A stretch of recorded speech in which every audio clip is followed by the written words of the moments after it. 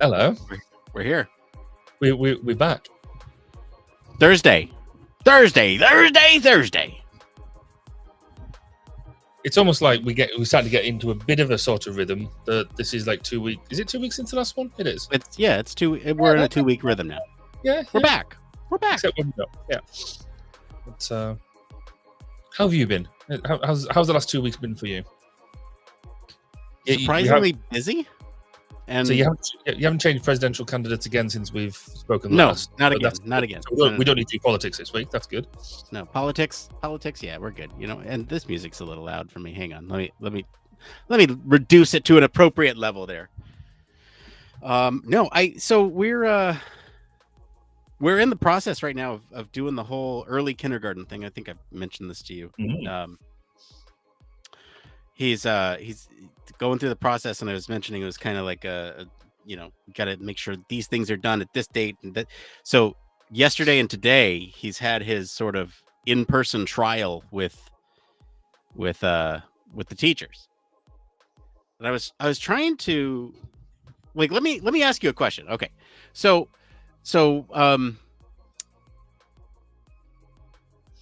the best let me for some context, I'm trying to understand the mindset that these educators are in when they're evaluating my son, whether or not he's fit to be in the classroom. Okay. Mm-hmm. So my son's gone through all this stuff so far. Like, he's done the tests to make sure that he's cognitively capable of learning the material and that he understands things at a level that is appropriate for kindergartners. The test here is sort of the fit, right? Like the culture fit. Mm-hmm. Okay. The what is it? The social emotional level, just to make sure that since he was born a little bit after his peers, that he would fit into that group. Yeah. And so, okay. So the analogy that I've been using in my brain is, okay, imagine you are, I don't know, a branch manager for some company. And your boss comes to you and says, okay, here's your new employee. They've gone through all the tests. They've done everything. We're just seeing if they're a good fit. Yeah. And at that point, they're qualified. They're qualified. They can be here. You have, my assumption is you have no reason to believe that they wouldn't be capable of working. And then you wouldn't fire that person unless there were some serious red flags, right? Yeah. So you're about to ask me what red flags your child could have, aren't you? No. I'm just saying, like, in that scenario, like, yeah. if your manager came to you and said, "Here's your new employee. They passed everything. They're great, and you know what? They're your employee now, and if you want to fire them, you can." Yeah. That's the mindset I've been taking with this whole thing. No, I think it's fair. I mean, I think it's such a difficult thing at that age to be able to, and I think we've spoken about this before. I've got a very strong perspective that I think we push kids as a state organization. We push them into the education system, or we push them into them sort of organizations way too early, out of necessity. You have to. Because you got to go to work and things like that, or you just need some time out. So there is elements around that, but yeah, I think it's the whole. Thankfully, when we were doing a lot of this, Amanda, my wife, had to shoulder the burden of a lot of that because she was the one who was engaging with them more. And therefore, it was more important to me that she was happy with them. She liked what was going on, and then therefore you go through all them loops to do it. I could basically do as I was told, which made my life easier. I'm very good when you just tell me what to do. So yeah. So when have you got this final sort of assessment? When do you know whether little Nick has been accepted? Oh, what's funny is apparently I missed a call from Salmon Creek, the elementary school. That's so we might be able to find out together. Hang on. Let me. Well, this could be exciting. Live breaking news. I don't know if I want to do this live. Hang on. You know what? Well, for a whole bunch of reasons, you don't want to do that live. It's 18 seconds long. Hang on. Oh, they left your voicemail. I'm gonna go on mute. Hang on. Let me just listen. Yeah, I suggest you go on mute. So whilst Nick works out what the future is going to be like for little Nick, then what about anybody who's watching or listening to us now? Have you had your experiences, or are you going through this at the moment as well, sending your little ones off to kindergarten or the like? Oh, here we go. Oh, it was we'd like to touch base. Oh, call me back. Okay. I mean, I think that's got to be good. I think that's got to be good news, though, right? Like they would give them a ring. I think we should go on this as the Human Factors family here. We should all find out together. You think I should call right now online? I don't have their permission to record. I mean, if you want, I can go and give them a call and then come back. If you want to fill the air for a couple minutes as I do that, and then I can come back. I think it's possibly a conversation you should have without the pressure of it being yeah. I'm just saying, if you're okay to like hold down the fort for a couple minutes, I will be right back. Okay, because I want to talk about NFL, so maybe this is an ideal time for me to talk about NFL while you talk about NFL. And meanwhile, I will leave this up here because I think you have control over letting folks in. So I'm going to leave that up there. If anyone wants to chat NFL with Barry, jump in. I don't have that capability. Oh, you don't? Okay. I still come in as a guest, don't I? Oh, okay. Well, I come in by the front entrance. Well, if somebody wants to chat NFL with you or talk about anything Human Factors, there's the live caller right there. I will be right back. Then I'm going to make a quick phone call, and we'll I'll be back. All right. So this is going to be really exciting. So Nick is now disappearing to go and find out whether he's or whatever standards that are required for little Nick to be able to go and attend kindergarten school. So he's going to come back. He's phoning them live right now.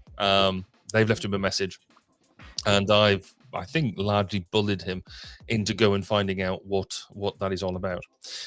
Whilst he's gone, I don't know if anybody who is watching or listening is into NFL at all. I've certainly come into NFL into the past couple of years, which for my UK brethren, I apologize. I don't. I found rugby now quite boring in many ways, and I was always one of these that mocked a lot of people for in a typical British way, that NFL is just rugby with massive shoulder pads.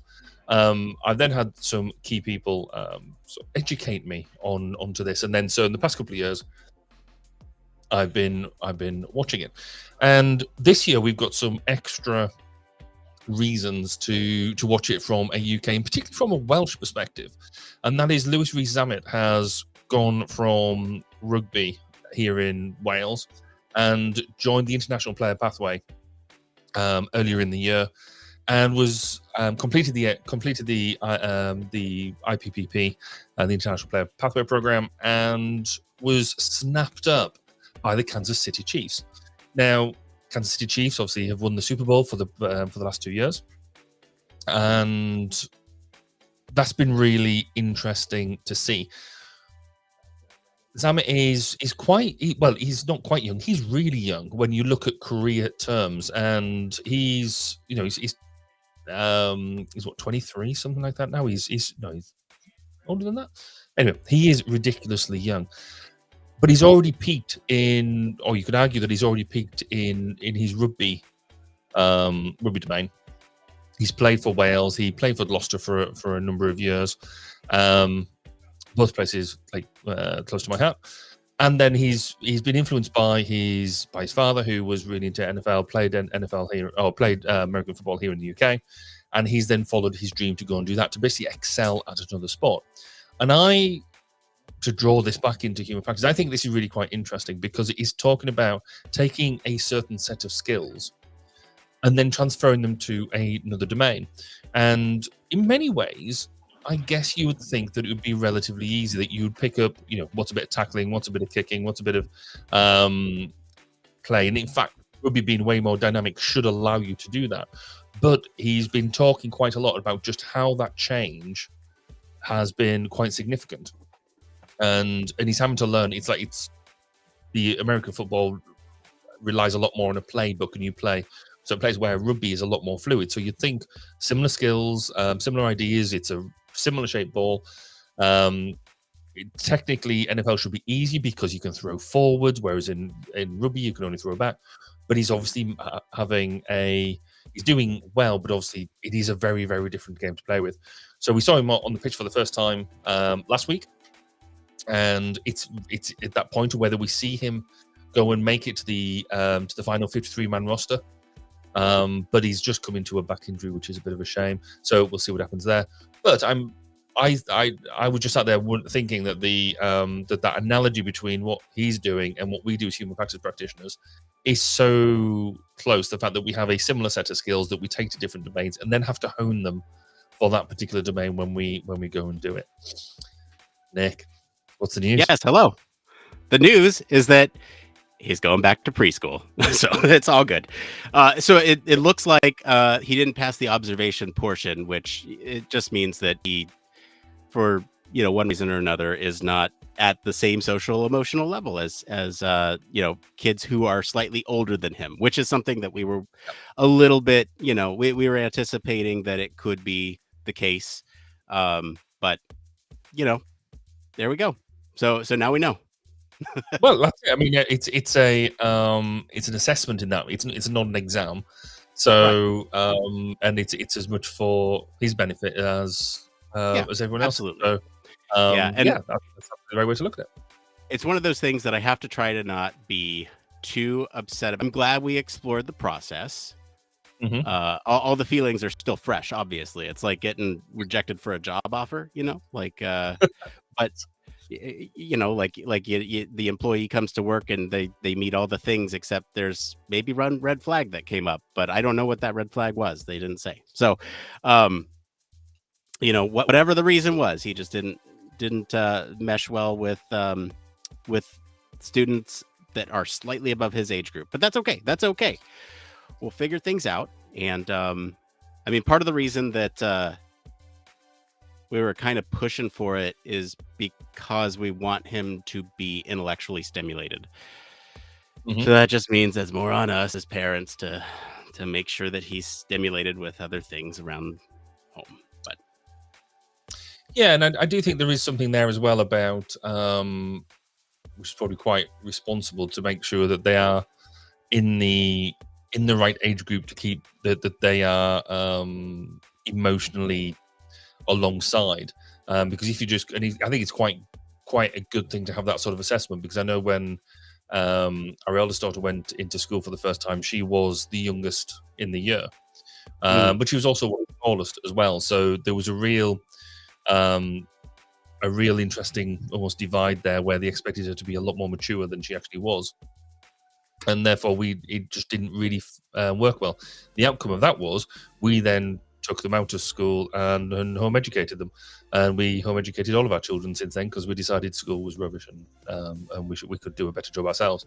So we decided to put our money where our mouth was, and we win. So except for the whole being able to go and work thing, because it takes a massive toll on family and stuff, and especially working from home now is the big thing for me. It's like, when, at least right now in my current situation, my walls are thin and I can hear everything on the other side. And so when it's when meltdowns happen, that's when it's the hardest, and I'm on a very important work call or something. But it's okay. It's okay. It's how it goes. He'll be fine.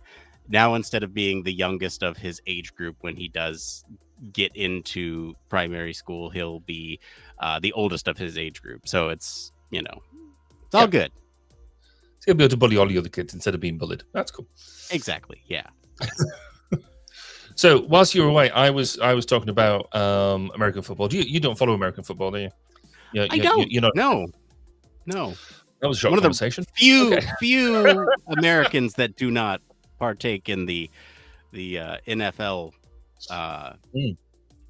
viewership. Because we've just had one of our rugby players come over to you as part of the newish international pathway program, and so it's making me have to follow another team, which is conflicting on my own behalf, because I follow the LA Rams, and I'm now going to have to follow the Chiefs as well now.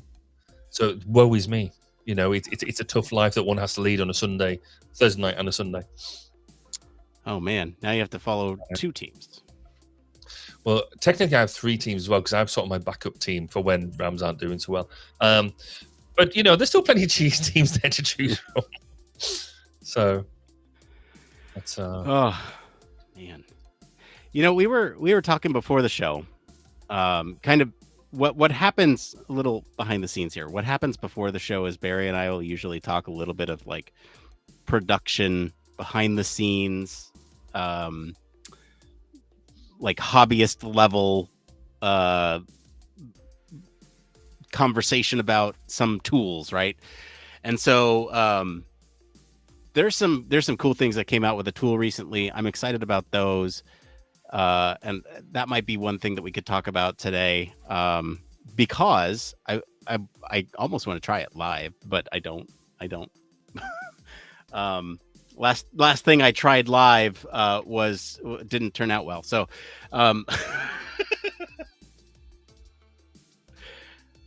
where am I? My mind is all over the place. So let's see here. You know what though? There was an interesting thing that I came across. Have you heard about the term synthetic users? Not straight like that. No, I'm excited to hear about it though. You know what it is. Well, I'm assuming it is like AI based. Yeah. Testing, and a user base to do using AI to do testing on whatever your interface is or whatever your system is. Yeah, that's exactly what it is. Yeah, okay. Yeah. You I guess essentially you do. The concept behind it is that you prompt various cohorts of AIs using different models, using different evaluation criteria, and that can get you at least to talk through some problems in a manner that will get you like, they're claiming like 70 to 80% of the way there without talking to real users. I don't know if I buy that unless the user base is widely known. Mm-hmm. And how you communicate those things. But I found it fascinating to just that term, synthetic users. They're not users. They're personas. They're synthetic personas that embody what a user's perspective, which, like, I don't know. We've talked about this before, where you've kind of bounced ideas off of another. You are an Air Force pilot, like you've bounced ideas off of that type of thing, and I think this is just kind of taking that to the next level of saying you prompt them all the same way but across different models and change various parameters, right? So like you have this much experience, or you have this much experience, or what is something that you're looking at, and you give them different life events. It's almost like importing a persona and then saying, respond to the things that I'm saying based on this. And then there's a interesting way to automate all this. I need to go back and find that article, because it was fascinating the way that they were thinking about it, because what comes back from this cacophony of synthetic users is, again, what they're calling it, but LLMs that are prompted in different ways, mm-hmm. is you have what would traditionally come back in like a focus group or something. Yeah. And then so you analyze that data and you look at it and you say, is there anything that I can derive from this before I talk to real users? And then there was sort of a follow-on conversation about the validity of using that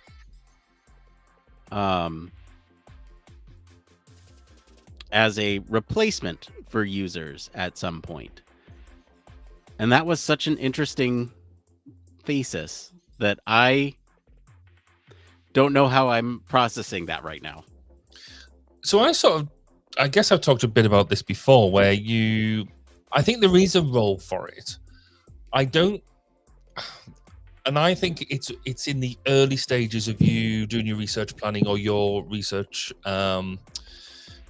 development, when you want to get a bit of a look-see into what the issues could be. So you're right. I've done it before, where I've plugged in essentially you're a pilot in a Eurofighter Typhoon.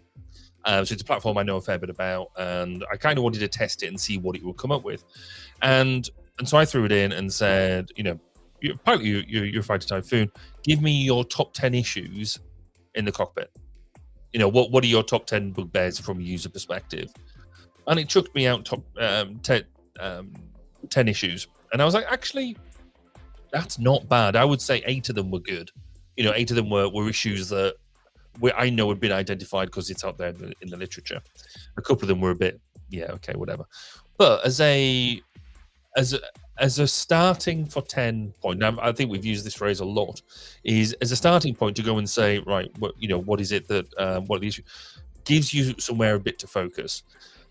If you're wanting to test your methodology, if you're wanting to do effectively the pilot of your questionnaire or something like that, I think that's quite useful for that, and it can save you a time and iteration, because if you can chuck it in through that first, I'm not saying it gets us away from being a pilot or anything like that, but it allows you to maybe get rid of some of the stupid errors that you put in there. It allows you to get rid of some of the dumb mistakes, or at least give you some stuff to think about, and then you can go and put it in front of real people.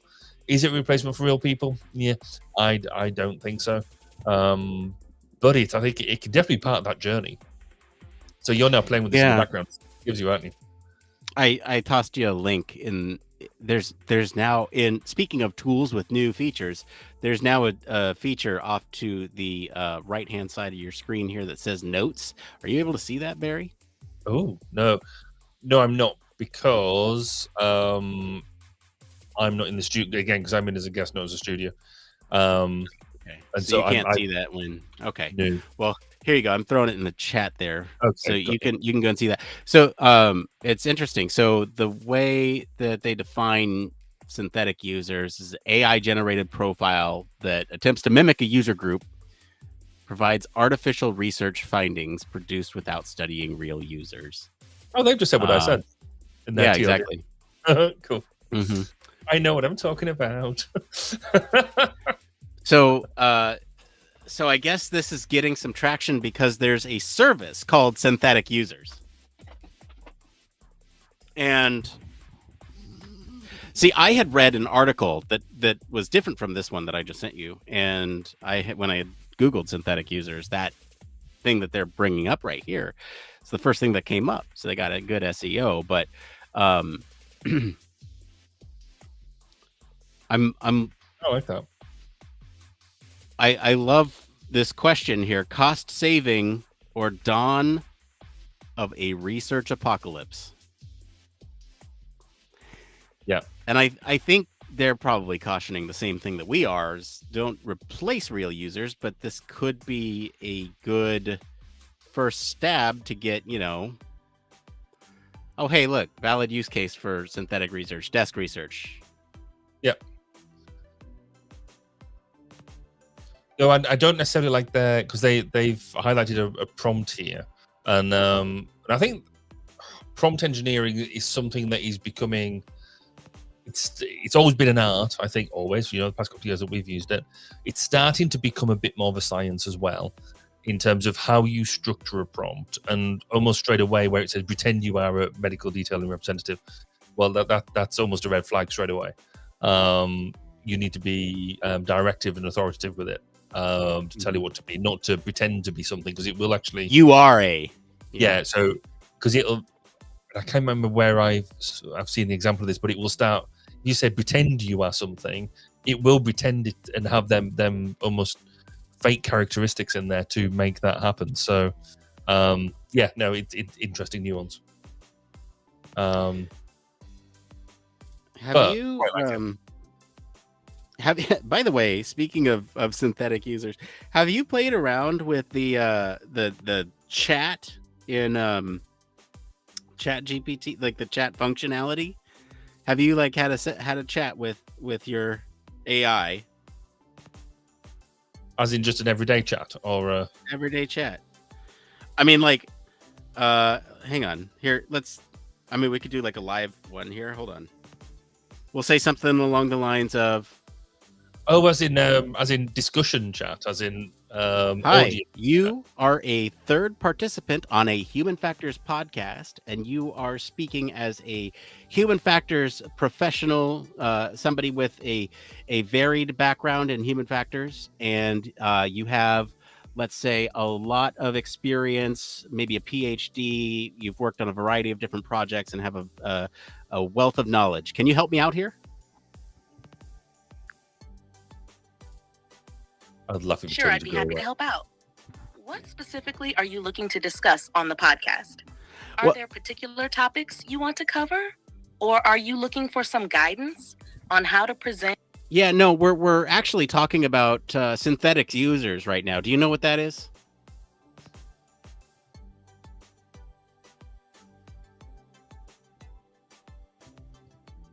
No, yeah, clearly no. Do you know what synthetic users are? Well, that failed spectacularly. Yeah, hold on. Yeah, hey, are you still with me? Do you know what synthetic users are? Okay. Yeah. No. Okay. So that actually, that's a really good time to bring in Trevor's comment. So Trevor's do you know what synthetic users are?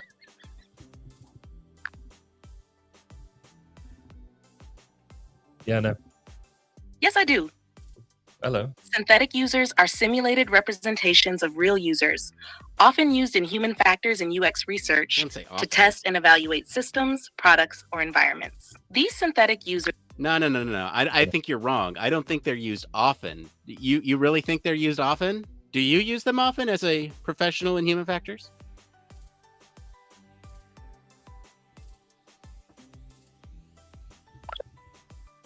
Okay. Anyway, as I was saying, Trevor has put a comment in LinkedIn where he's listening to us. A lot of SQUEP HF practitioners are boomers and not far off retiring. Should the CIHF, HFES, and others provide more HF team management and leadership training to help bring along and develop the next generation? Yes, in a single word. I think Trevor actually hits a really good point here, because things like these tools, I walk into a lot of meetings and stuff, and as soon as you mention the use of ChatGPT or something, because I've written about that in a few articles and we've talked about it a lot, there are a lot of people who will sit there and go, "Oh, you shouldn't use ChatGPT. That's cheating. It's not real. It's not reliable." And you're like, well, but it's a tool. And if used correctly, if used in, with the right caveats, all that sort of stuff. And I kind of then almost get my back up the other way of like, well, why shouldn't I use ChatGPT? Because, you start having that sort of argument. I think there is a lot about, we should be sharing our experiences more, which is hopefully why things like this exist, why people have discussions on LinkedIn and things like that. We should be more open and honest about how these tools and others like it make our lives not necessarily easier, because you still have to put in the intellectual thought to make things happen, but certainly can streamline a lot of the processes that we use. A lot of the, I often describe this as you have a blank page in front of you, and it takes you ages to think about, well, how am I going to structure an article? How am I going to put a document together in a way that is meaningful? And then you'll start scribing onto a blank page, and then by the time you finish that, it will bear no resemblance to what you started with. And actually, I quite like chucking high-level stuff into ChatGPT and say, I want to write an article on this. How, what would be a good start for 10 type thing, and it'll give you a bit of a structure. Now, it probably isn't the structure that you would end up running with, but at least gives you a lot more stuff to play with, because it's easier to edit than it is to write from a blank sheet of paper. And so I think having people's attitudes around this adjusted, worked with, that pick other words, I think is a good idea. And it does actually bring in another argument there as well. I mean, his point: a lot of HF Square practitioners are boomers. There's a lot of people, I would say, in the UK, because we've lost elements of. So we don't have a bachelor's degree course. People are finding HF later in life and things like that. I think there is, a lot of the more influential people, we're going to have almost, it feels like a large cohort of people leaving industry kind of at a similar sort of time. We don't necessarily have all the people to replace them in a nice flow, shall we say, through the industry. So there's almost that double-edged bit there as well about, do we have enough? Well, we don't have enough people in the industry, we know that, but we do. How do we deal with that piece as well? Yeah. This gets at a larger question of how to transfer knowledge across generations. And when you think about that challenge, because what do you think? So a discussion that me and Trevor have had before, which links directly to this, and it's hopefully going to lead on to some collective thinking that we're doing, is going back to what I just said around the use of AI. So take out us using AI to do HF, which is one thing, but actually there's a lot more systems going to have HF going to have AI as a thing, right? How are you or I squep enough in AI to be able to qualify and write, or be able to go in and say, yes, the AI that is written in here, is developed here, is good, is suitable, is adequate, is right for this application. Who's right, where and who's writing the HF AI standards or guidance or whatever, to say how this should be done, because there isn't any. Nobody's doing it. And it's something that Trevor has raised before, and he's absolutely right in that. How are we supposed to do that? And then you bring in us using that as tools ourselves. How are we squep enough in ChatGPT to know that when we're getting garbage out versus the golden stuff? Now, we've been doing this for a while. We've been playing with all the tools, and we've said before that yes, we could pretty much recognize when you've got something in front of you that's been written by AI and where your gaps are and all that sort of stuff. But that's through experience. There's no real handrails to work with for somebody who's diving into it brand new and can fall into the pitfalls. So how are we going to develop guidance for HR practitioners to utilize AI and implement AI? Discuss. Yeah, there's so much stuff to talk about here. Really, Trevor, you've opened up the biggest wormhole here, because really there's so many things that we could go and talk about. One is sort of the transfer of information across generations, right? That's kind of the line of thinking that I was going in one direction. But then you have another direction of, well, how do we democratize and standardize our tools such that we make this field easier to apply in such a way where maybe not human factors practitioners or human factors experts are applying some of the principles, but they are taking some of the low-hanging fruit types of activities or findings or standards and applying it to their projects such that their projects are going to ultimately be better for the end users. Mm-hmm. And you were kind of leaning into that conversation of how do you make those standards and pass that to the next generation. So it's all connected, I feel.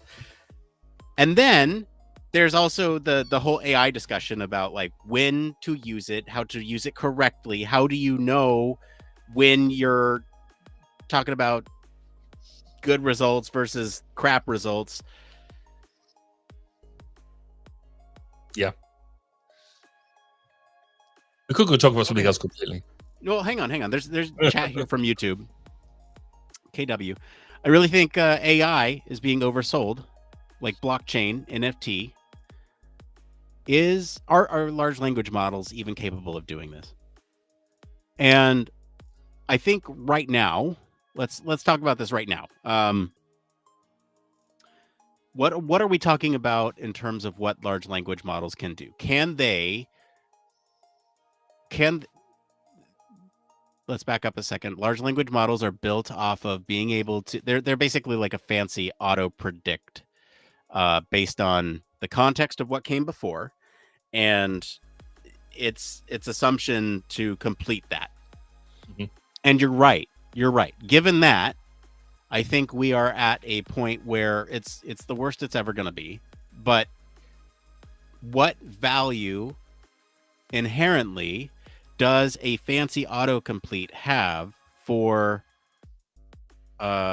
things like UX or human factors applications? So that is a good discussion topic, and I think ultimately when we're talking about things like synthetic users, and when we get down to what Barry was calling the science behind prompt engineering, we're effectively gearing those large language models into having a discussion given those sort of reference points. So we're kind of when you prompt a large language model, you are setting it into that context where it will autocomplete based on what it thinks you'd expect to hear based on what came before. So then the question becomes, is that autocompletion then worthwhile to investigate? And I think in some ways the answer is yes, because it can, if it's pulling from a variety of different data sources, and if you are contextualizing what you are asking for by prompting it to say, give this to me as like an Air Force pilot, then it is going to autocomplete based on some things that may be more tied to things that Air Force pilots experience.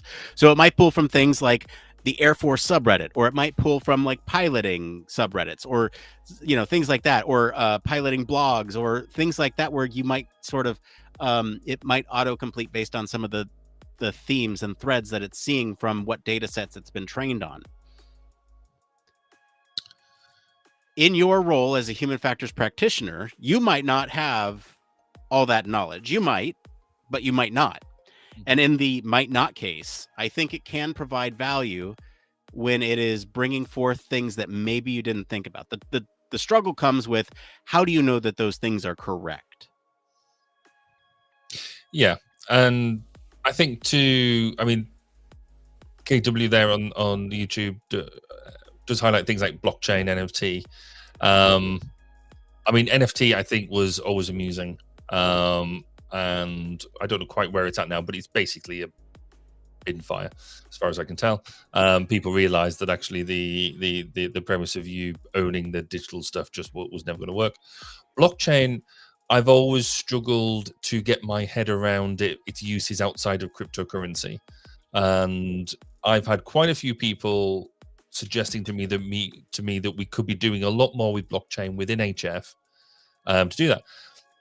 But nobody's been able to give me a really good definitive reason why that could be a good thing. But I'm open to that, because I completely get the theory of it. That's fine.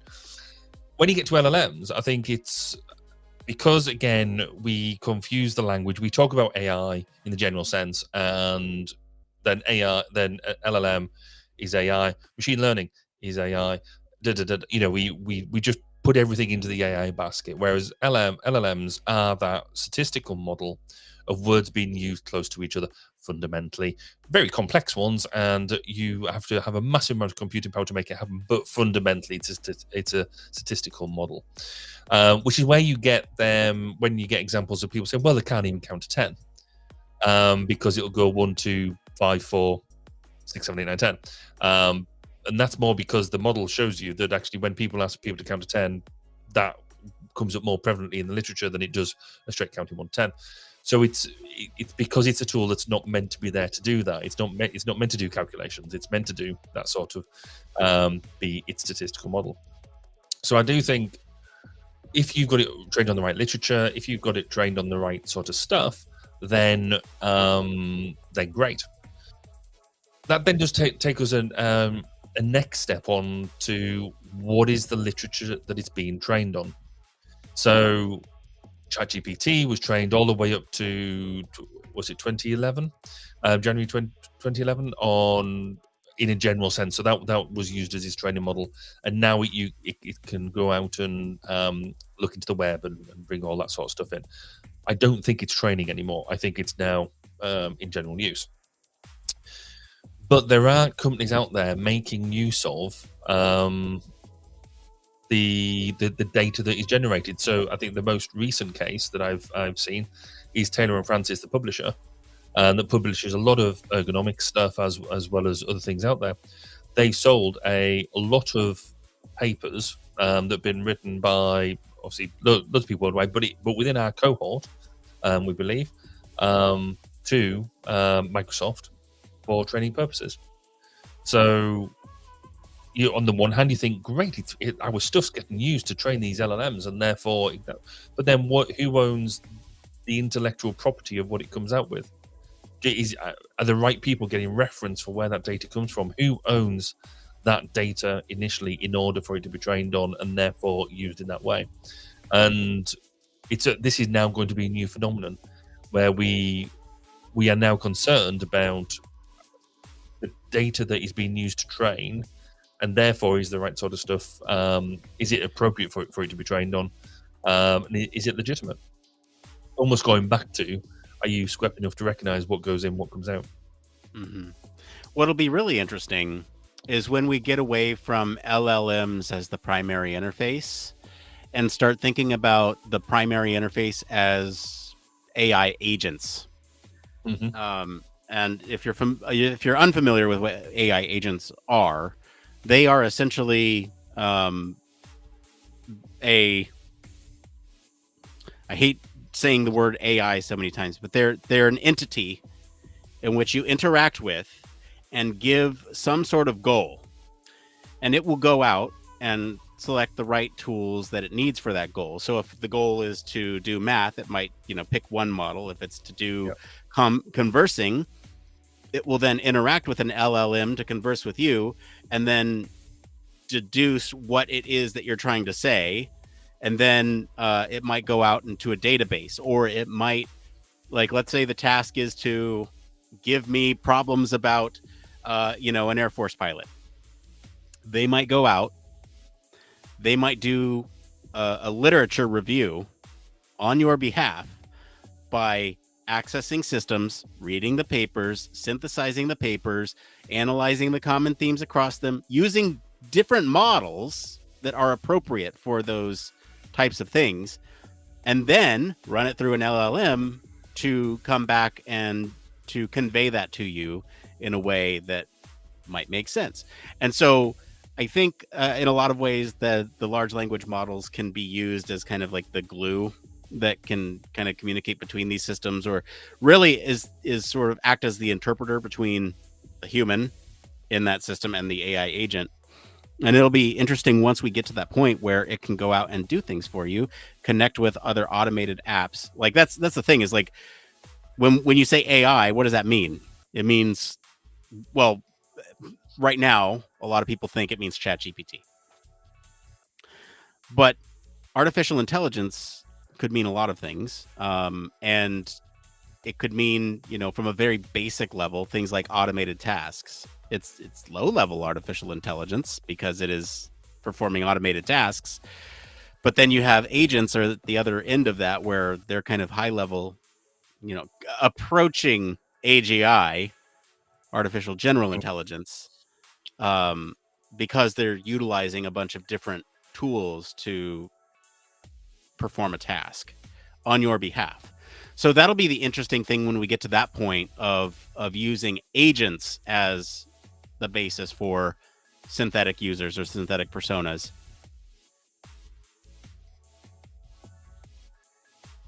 Yeah, It'll be exciting. I don't know. Well, it'll also do kind of what we've got at the moment. So when people want to develop software now, I'm going to sound like really old, but when I first started doing software, I was in there writing code, and you have to figure out everything to begin with, writing your functions, and sometimes having to design your functions in order to then develop what you're doing. You were right in the heart of either Ada or C or whatever it is you were using at the time. Then we've evolved into the what you see is what you get type of programming, where you can just draw, you can develop. You don't have to worry about the code so much. That a lot of that is done in the background. The code doesn't have to be as efficient as it used to be. It can be quite flat code because we don't have to worry about storage as much. And then things have developed sort of down that way. You still have software engineers, but they're fewer and far between, and also they have to be much broader, complex problem solvers and things like that in order to make them good at what they do.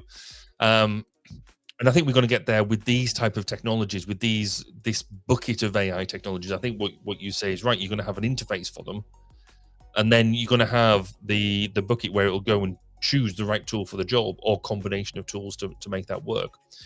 And it also means that the people who are really good at developing AI tools, that will become niche. That will become more niche than it is now. It will become quite specialist. And then you get people who can spread themselves over all of them tools and become masters of using them, as opposed to developing the tools in the first place. So, which I think is happening a lot quicker now than what it has in the past. But yeah, I think it's an interesting time. I think we always used to describe this as an exciting time for what things are going on. I think part of me feels we've moved past the exciting time. It's now the sort of furrowed brow, sort of how is this stuff to be used? How are we going to moderate? How are we going to, provide standards, tools, guides, all that sort of stuff? How are we going to embed this into every day? So it's moved away from the novel to the possibly dangerous in the wrong hands, that type of thing. So our attitude to it changes, or is changing, is evolving. But the undeniable truth, I think, is that it's here to stay. And we as human factors practitioners have to work out what does it mean to us. And I was going back to Trevor's initial comment, how do we make sure that we're using it in the right way? And how do we train people to get the best out of it? Because I don't think there's any AI and HF courses out there, though I might just write that down to produce over the back end of the summer, because it sounds like a good idea. But yeah, I think we've talked a lot about AI now. Yeah, it makes a change for politics, because we've done a lot of politics recently as well. We've done a lot of politics. Well, hey, I am curious what everyone else thinks. If you want to be a live caller, you don't have to show your face. You just have to have a phone. You can scan this or take a screenshot and you can join the show. If you want to let us know what you think about synthetic users, AI, where we're at with everything, how is it used in human factors, UX, and research, let us know. Join right here. Just give us a little chat once you're in. There's a little private chat. You can just tell us what you want to talk about. We'll find a way to segue into that conversation, and then we'll bring you in. We'll have a nice little chat. Otherwise, if you want to be a one and done and just leave us a voicemail, I guess you could do that too. I will go ahead and leave this little guy here.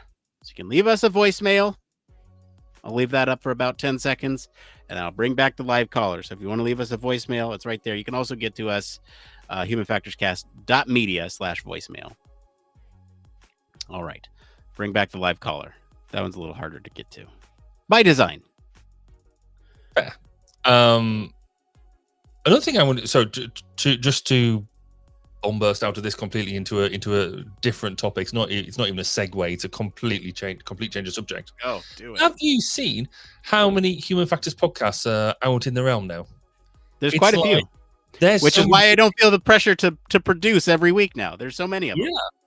But I've got a new favorite, and because you know how when we've produced our stuff, you've done it, I've done it. All of the intros, the outros, the jingles, and all that sort we produce, we kind of either get them done for us, or they're quite they're done by other people, right?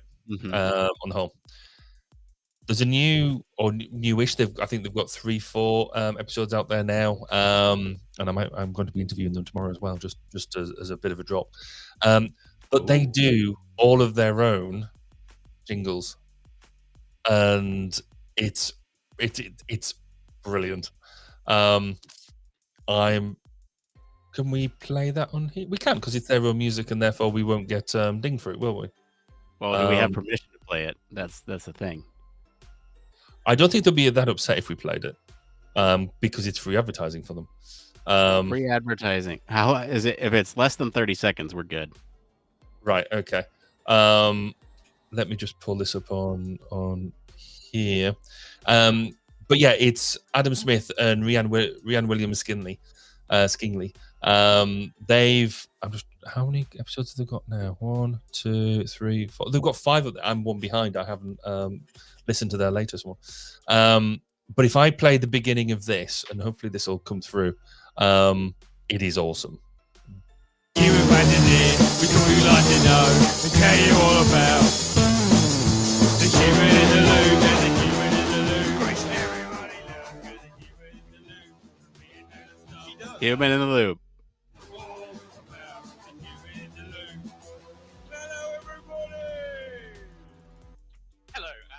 I mean, how cool is that as a start? They so if you want to bring a bit of punk rock and human factors together, that's your thing. And they are taking more of a, I guess, a future look into things. So where we sort of talk about the sort of stuff we talk about, they're looking very much forward into what is it that we talk about? I don't know. I've never been able to categorize it myself.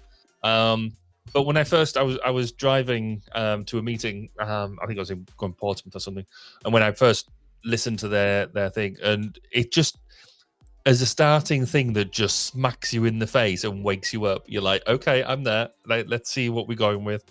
And so yeah, no, they've had some interesting discussions on the future of UX and HCI design, autonomy.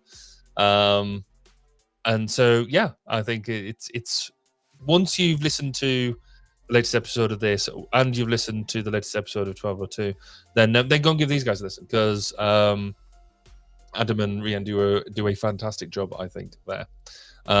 If nothing else, the jingles are to die for. Yeah, so I thought that was interesting. A new person on the block. New show on the block, shall we say? I like it. And one thing that's like often, I don't know if it's often misunderstood. I feel like this is a often misunderstanding when people like see what we do and, oh, you're trying to corner the market on Human Factors podcasts, and that is like the complete. It's complete opposite. I think that's why you and I gel so well, because you had your own podcast and I had Human Factors Cast, and then you started commenting one day on Twitch as I was like doing office hours or something, and then we just connected. And I think this goes for anybody creating Human Factors content out there. If you are creating Human Factors content and you want to be a part of this show, I've always felt that this show should be a place where we all get together and just chat about things Human Factors as a panel. And whether that's you boosting your own shows, I don't care. I just want more media in this space, so that way we can, as a collective field of Human Factors, start to come up with more ways of communicating.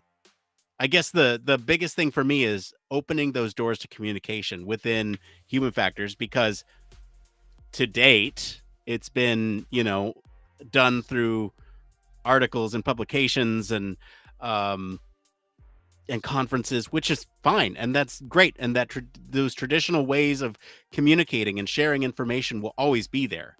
But I feel like we need more because Human Factors has always had like a communication problem. So that's a common misunderstanding, is that we don't like competition. We love competition because it opens up, there's so many different avenues for folks to explore. Totally. I absolutely agree. In fact, Adam and I, in setting up this interview that we're going to do tomorrow, we meant to do it a couple of weeks ago, and then I messed everybody about. Work got in the way. We were saying that how we've done, you and I have done the lives from HFES and things like that.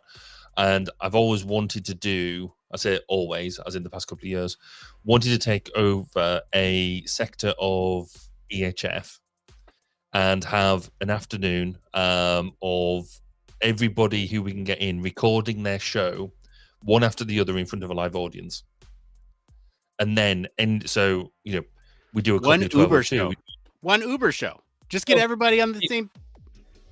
Well, so what I was in my head, what I quite like the idea of was we do, say, maybe a 1202 interview. We do a Human Factors Cast discussion. We could do a Human in the Loop interview because they sort of take the interview approach. And then there's a couple of others out there as well. So get that mixed up and then finish off with a massive panel discussion, debate, whatever it is, recording like a smashed together version of all the things. And now at one afternoon's work, you get like 5, 6, 7 different shows. I think it could be quite the laugh. So yeah, I think there's with more of these people out doing things. I think let's promote them more, and other people who are watching and listening, go and listen to or watch what they're doing, because it's I think it's great from our perspective. We get to nick some of their ideas as well of new things they're trying. Though I'm not going to learn how to play the guitar and stuff and sing, because I can't play the guitar or sing in order to make the jingles. I'm quite happy to pay somebody else to do that. Now, I will say, okay, so not everything is sunshine and roses over here, because I will say that there's one thing that drives me insane about the creator space. And I'm going to say it, and I don't want you to think I'm saying this about you, Barry. Which means everybody is saying it about me. I'm not, because you don't plug your business on every single episode that you do. The things that drive me insane are the shows that are corporate sponsored, that they use it as an advertisement for their business. That I do not like. So there are some shows out there that will be let's say consultants or something in Human Factors or UX. You see it a lot there, where they talk about their business and what they can offer you. Mm-hmm. And it's a business podcast that talks about Human Factors. And that to me is kind of, it limits the scope of discussion to what the business can do for you, and not necessarily what Human Factors can do for a community. And so if you mention it on your podcast, that's fine. If it's there, if it's present, or if it's corporate sponsored, that's fine. It's just a matter of having it be solely meant for an advertisement for your company. That drives me insane. Yeah, I guess podcasting in itself, it's an interesting piece, isn't it? Because people use it for different things. And seeing, because it is now one of it is the fastest growing medium that there is out there. Because I think with the podcast, you're also including the social media side of stuff. So you're including YouTube, you're including your TikTok, you include that. It all falls under the same sort of genre. Because it's all about us as creators developing content one way or another and having the multi-use stuff. Because I think it's quite interesting the way it's exploding. And then people who are saying, right, I want to start a podcast, and immediately expect it just to be successful because you've put some content together and because you've thrown it at it. When I was talking to somebody else about the amount of effort that goes into it, and I was like, I'm quite lucky. I don't put my version is quite rough and ready. It's you kind of get what you pay for. I don't spend a lot of time, going to find people to interview in where they live. It's mostly like what we're doing now is kind of remote. We found tools now to be able to make it accessible.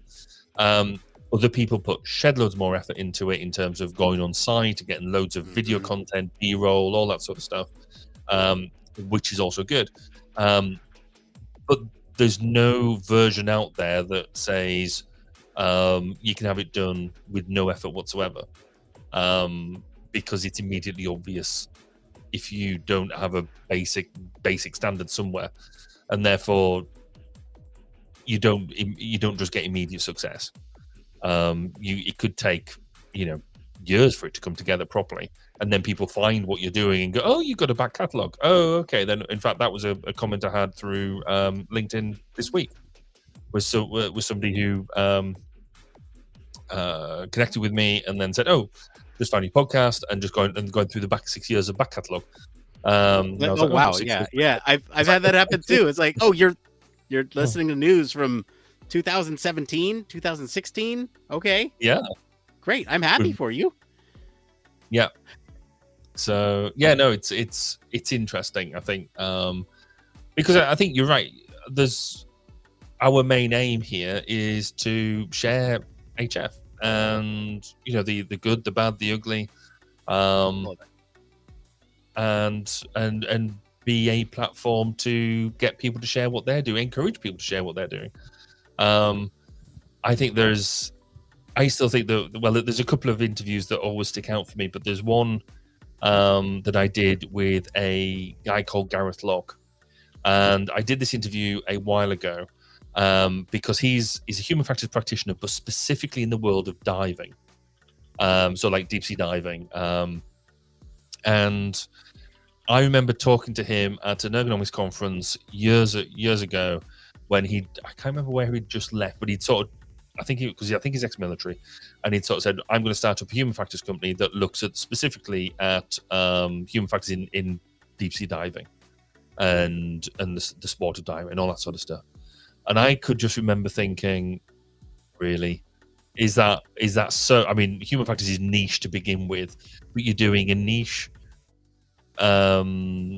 discipline in a very niche field. How are you going to make money from that?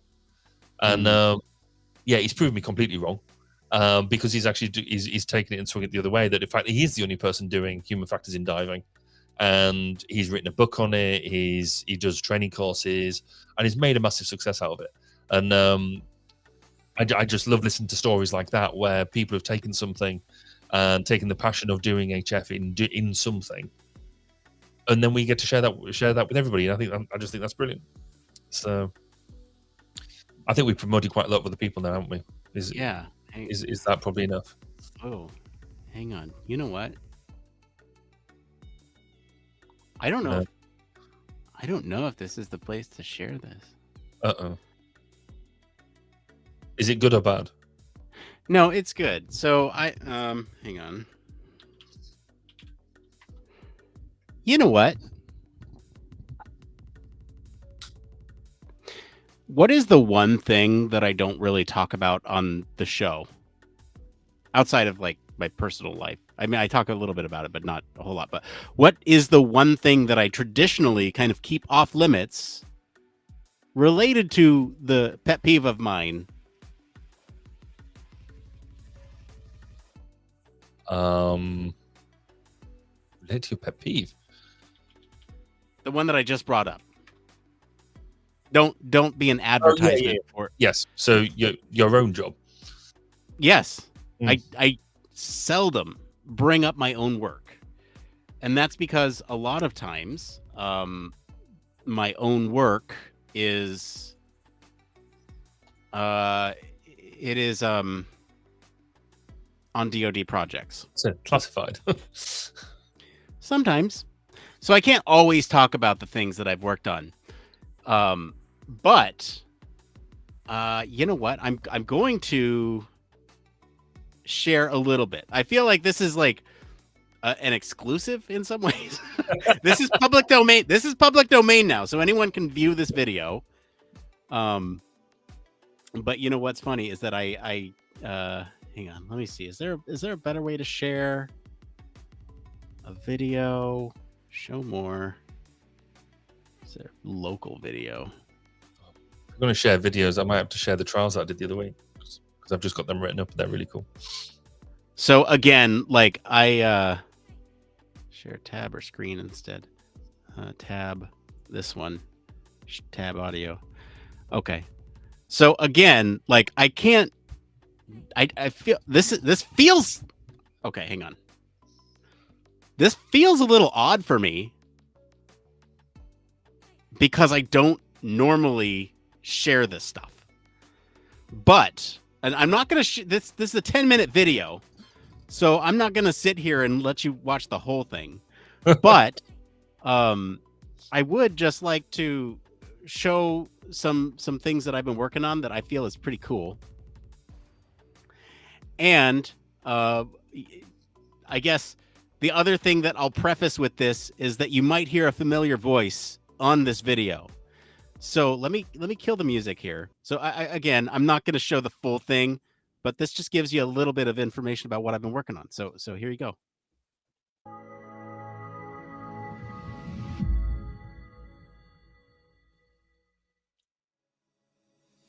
My Navy Portal's public presence, otherwise known as MN3P, connects Navy families and sailors, past, present, and future, to authoritative My Navy HR information through a curated collection of public-facing sites easily accessed from MNP. Who's that guy? Who's that guy on that video? With an enhanced site navigation layout, the global navigation menu facilitates rapid engagement. So again, I'm not gonna show the whole thing, but it's cool. I'll do a LinkedIn post at some point, but it's cool to actually like be able to share something like that. It's in the public domain. It's on a public website now, so that's so cool. What's enhanced navigation? I just intrigued. I feel the use of enhanced navigation. Yeah, I was going to say that it's as opposed to just normal navigation. Well, you see, before it was just a menu, and now it's a mega menu. Okay, enhanced menu. Enhanced site navigation. 21st century. Yeah, I mean, there's a lot of other cool stuff in that video. And again, it's publicly available, which is the best part. Look at this public domain. Oh, wait, hang on. I'm not sharing anymore. I'm sorry. I just want to share this for potentially legal reasons. Look, it's public domain. Cool. So anyway, copyright Chief of Naval Personnel. If I have to say that. I don't know. Here's all the video info. If I need to show that. Here you go. Fair enough. All right.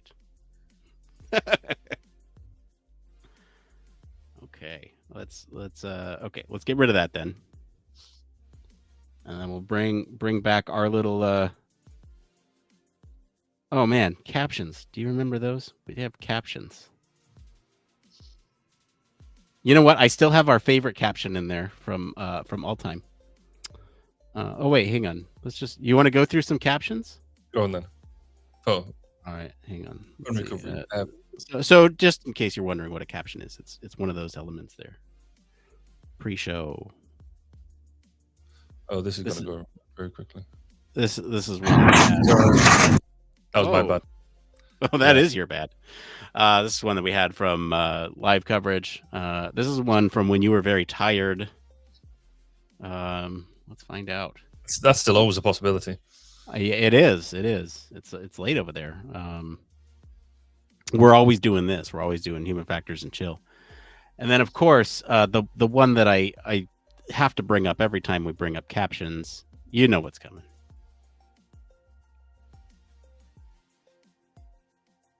Yes.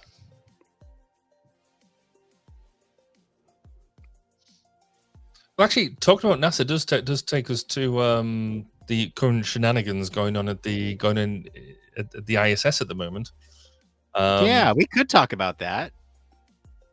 Mainly because, I mean, so for those who are unaware, Boeing Starliner took two astronauts up to the ISS with a view to put them on there.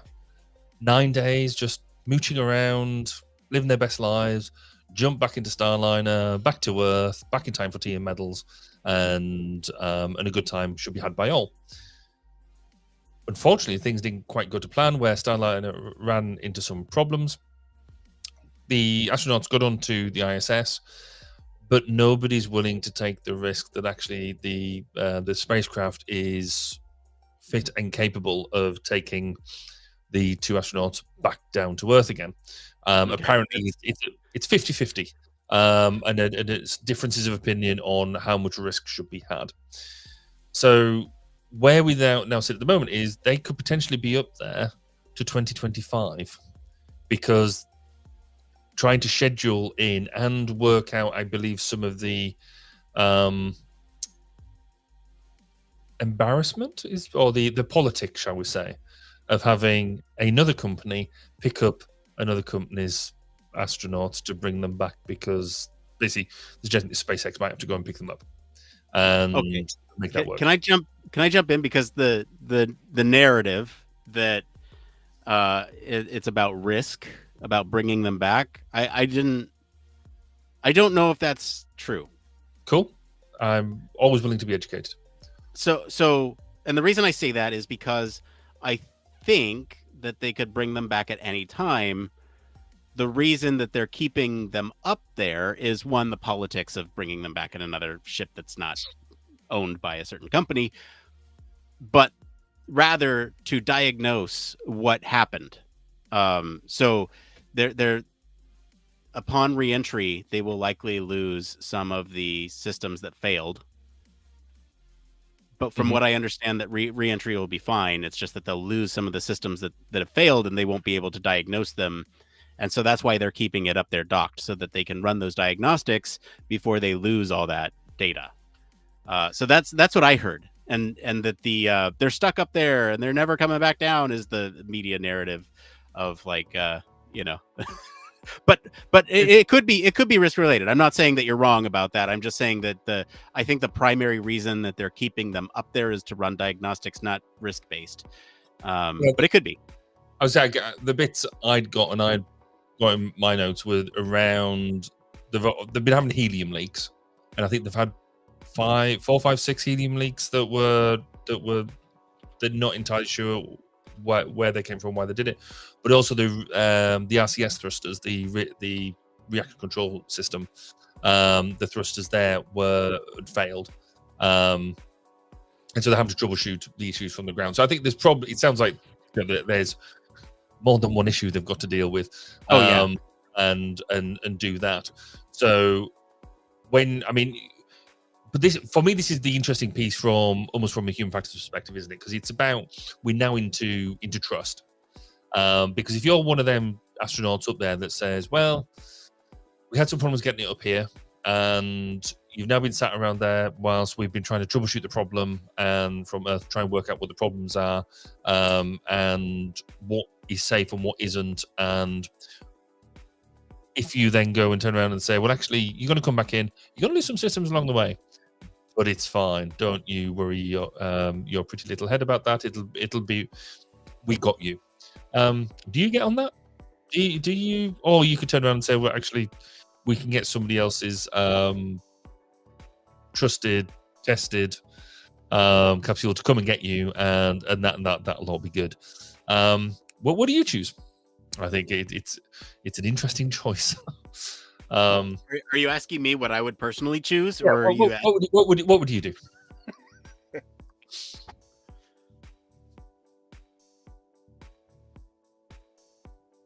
Exactly.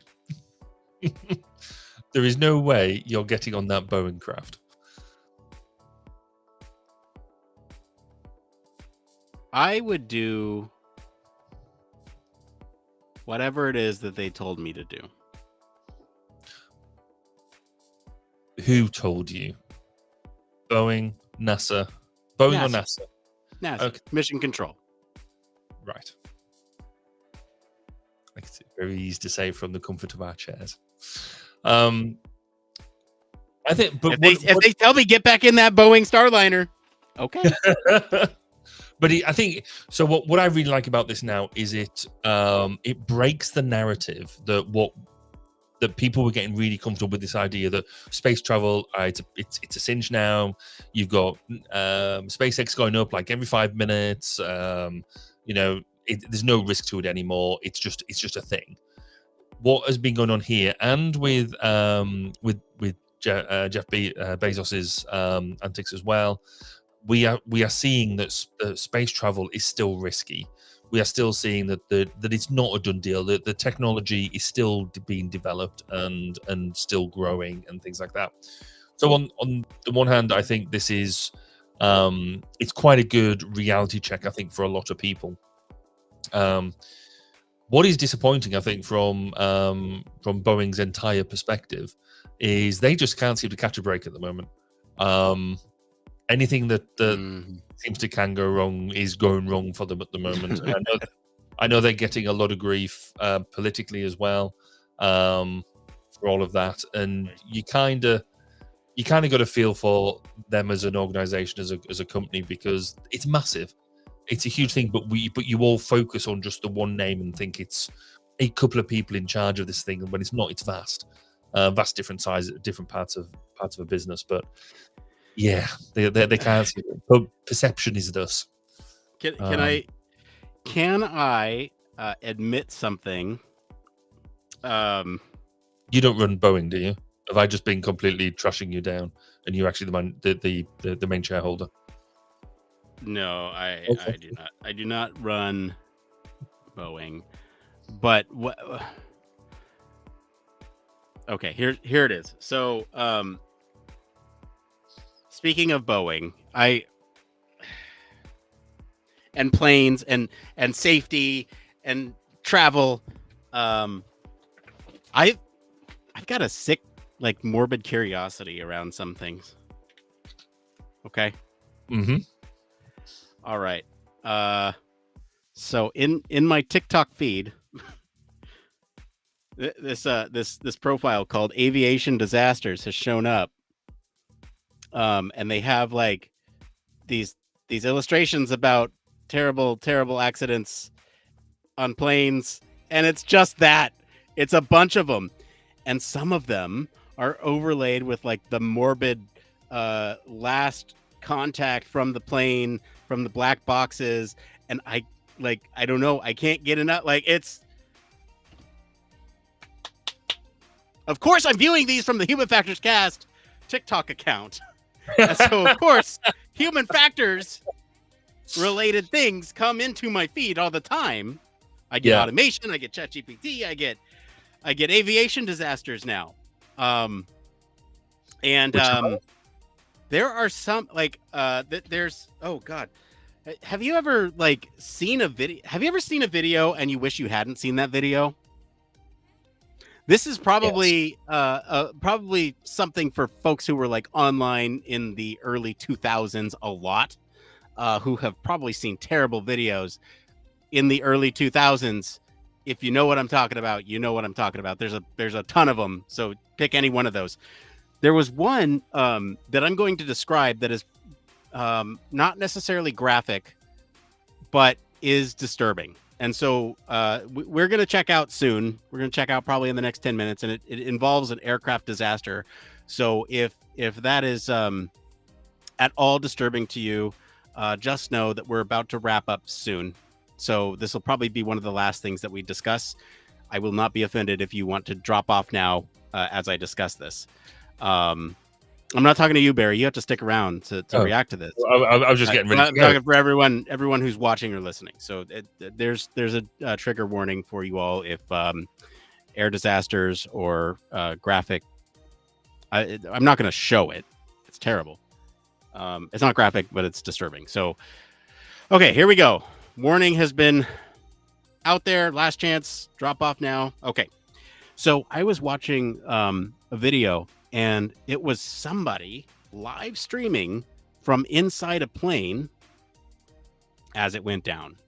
Whoa. And they were joking, like moments before the plane went down, about, oh, we're gonna crash, and the thing did.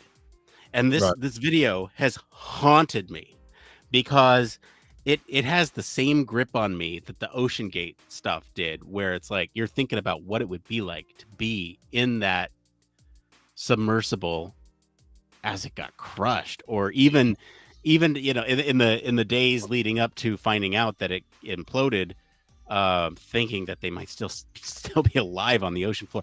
It kind of has that same grip on me, where what would it be like to be in a plane that crashed? Because the live stream,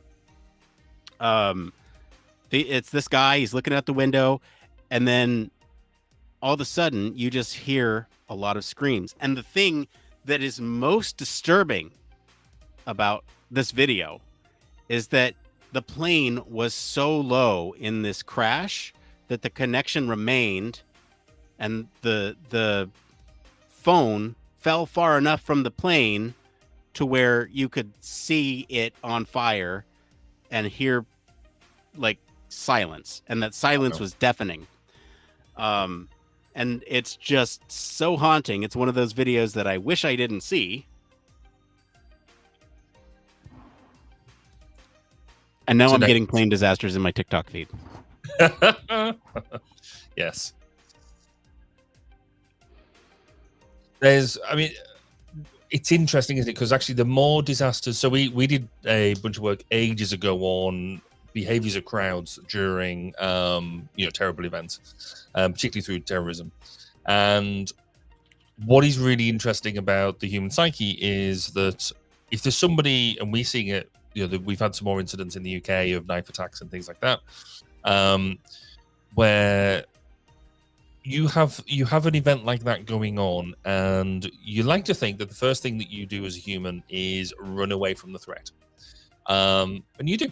You want to get away from the bad thing, and that lasts for about 15 paces until then you do the whole thing of, so what's going on?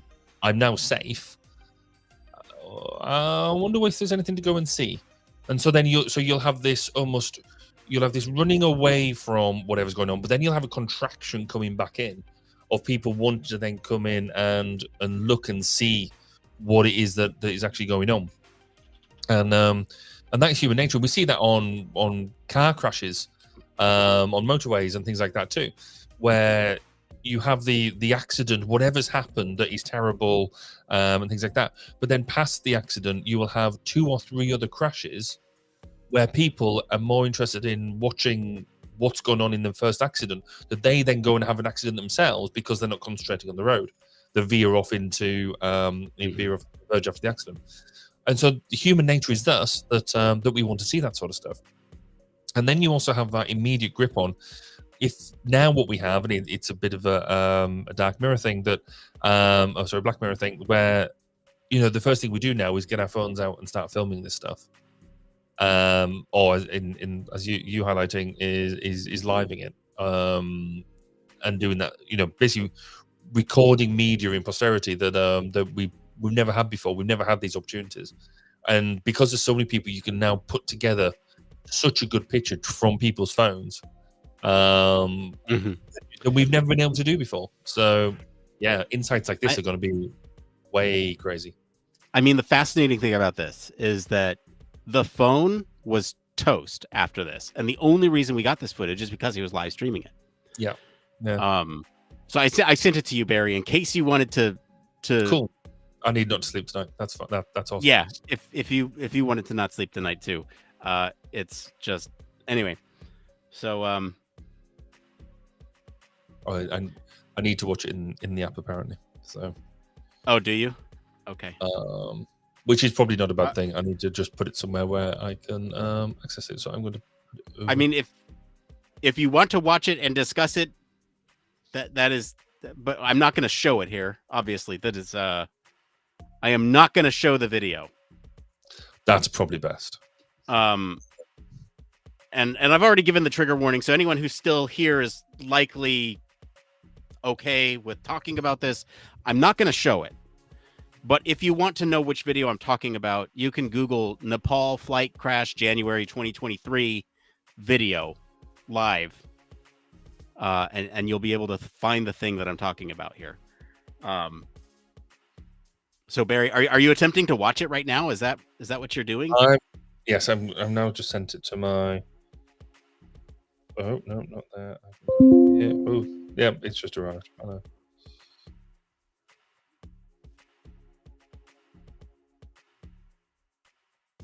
Right, I'm just going to kill my microphone so I can watch this. So talk to yourself. Yeah. All right. So I'm going to watch what Barry is. I assume what Barry's watching. I know Barry's watching the same thing that I sent him. Yep, there it is. And it's the Nepal flight crash. It's this guy looking at the window, and he's looking over the city, and the plane is flying. It takes a slight bank to the left, and I think it catches a pocket of air as it gets really close to the ground, and it's on its final approach to the airport. And it does. I think it hits just a pocket of air. I don't think it catches anything, but it's in the air 1 second, and then it's not in the air the next. And I think Barry's just about to hit that point where the guy's looking out the window. He's looking at the camera. He's making jokes about dying because there's some. Yep, and there it is. And I think Barry is now at the point where there's likely flames on the screen, and silence, and the silence is deafening. And it is just it is one of those videos that you wish you didn't watch. And then there's a separate view of the incident that trails that. So yeah, I'm not going to have nightmares much. But yeah, I mean, that goes back to what we said in terms of that. You know, we're going to get insights now into accidents and incidents that we've never had before. That's incredible. Well, you just saw that one a couple days ago happened in South America. And did you see that one? There's a ton of video footage of that happening from a variety of different angles, and I wonder, what that's like for friends of the show, like our friend Rose, who has been on multiple times, who does forensics in human factors, and to kind of put together all those pieces. Like, I swear, forensics is, from a human factors perspective, super interesting. Cool. Yes. And so when you have all this data that you can then put together this big picture of what's happening, for some reason that tickles my brain in a way that very few other things do. It's when you stitch together multiple images that overlay what is happening at any given point at the same time. So we hosted an insurrection here in the United States on January 6th, 2020, and or 2021. And there are so many points of view and so many different pieces of media that have covered that event, from news stations to people recording on their own phones to CCTV cameras in the Capitol building itself, all these different perspectives. And to see there's a video that stitches everything together in real time, where you have sort of the march up to the Capitol building from a whole bunch of different perspectives, and it's just all playing at once, and you're just watching this thing happen through so many different lenses, and you can reconstruct what is happening based on all those different perspectives. You're right. Like, this is from a data nerd perspective, super cool. But I mean, the insurrection is a really good one to raise, because obviously now we are different people are trying to push their own version of events because of, I don't know, you've got some event coming up in November, and people might be talking about the different truth of different things. And it's this whole now, what is the truth? when you've got so much evidence in front of you. People saying that are trying to say that the insurrection didn't really happen. It wasn't what everybody's talking about. Nobody was hurt, but all that sort of stuff. Yet there is clear evidence. There's clear video evidence, and we've got examples now where was it Kamala Harris's she had a big rally where loads of people turned up, all that sort of stuff, and she her running mate gave massive speeches.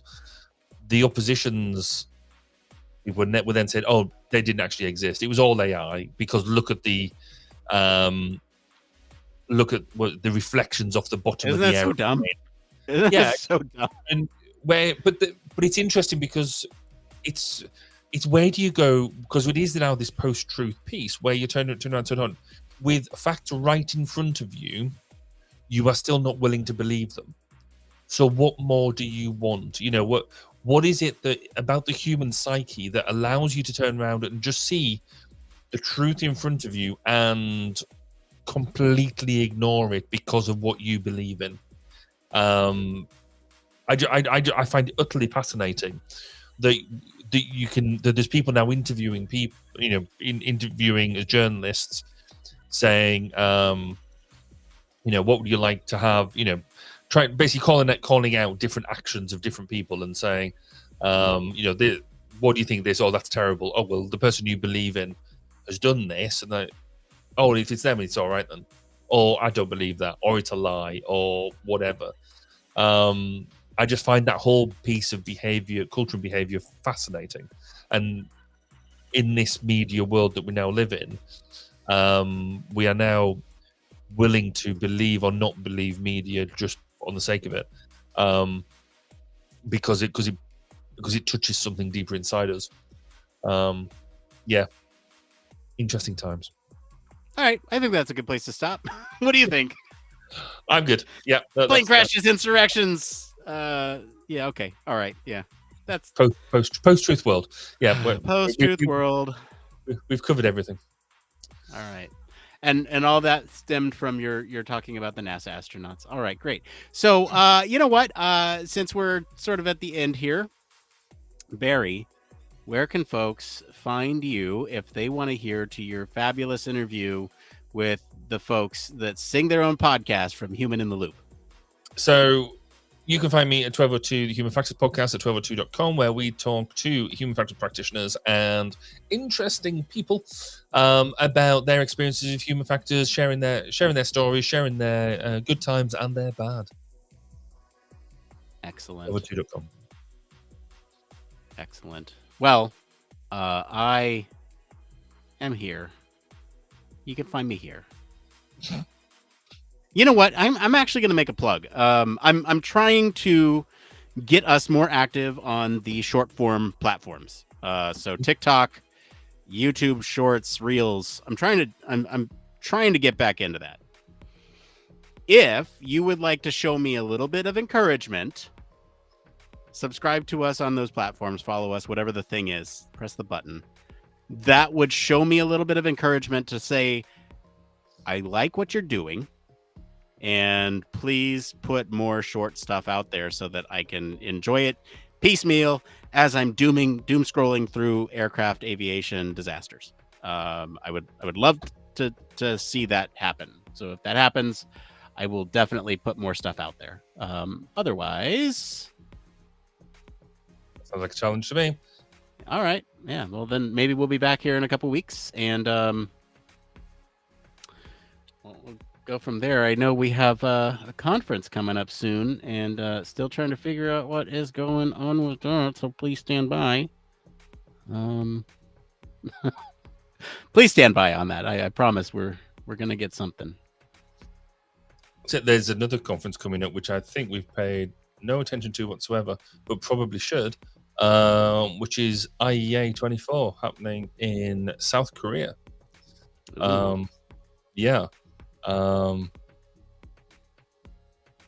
So how are we going to do that? I've got no idea, but we might want to talk to some people who are going there or some such thing. Yeah, no idea. Okay. All right. Awesome. Well, with that, then. y'all take care, and we'll see you on the next time that we all get together and have a good old time here. And just making sure I didn't miss any other chats. Yep. All right, we're good. All right. Good night, everybody, and see you next time. Have a good one.